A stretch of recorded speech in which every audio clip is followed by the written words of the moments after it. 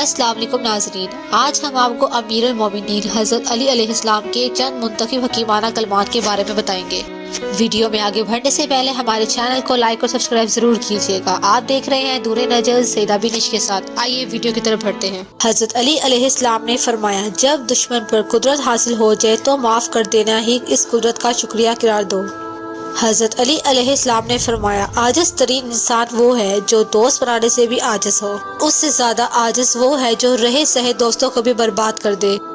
حضرت علی علیہ السلام نے فرمایا، جب نعمتوں کا رخ تمہاری طرف ہو تو ناشکری کے ذریعے انہیں اپنے تک پہنچنے سے بگا نہ دو۔ حضرت علی علیہ السلام نے فرمایا، جسے قریب والے چھوڑ دیتے ہیں اسے دور والے مل جاتے ہیں۔